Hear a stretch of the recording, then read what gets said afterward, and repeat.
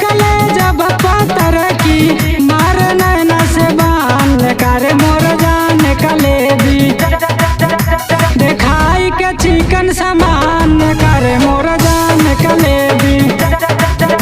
दिखाई के चिकन सामान करे मोर जान कलेबी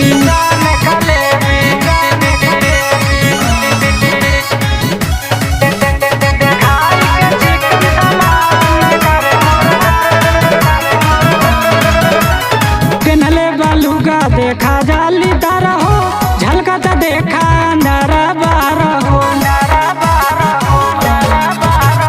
पिनले बालूगा देखा जाली तारा हो झलकता देखा अंधारा बारा हो मारी के कनखी जा से पतर की खाई के मीठा पान करे मोर जान कलेबी दिखाई के चिकन सामान करे मोर जान कलेबी दिखाई के चिकन सामान करे मोर जान कलेबी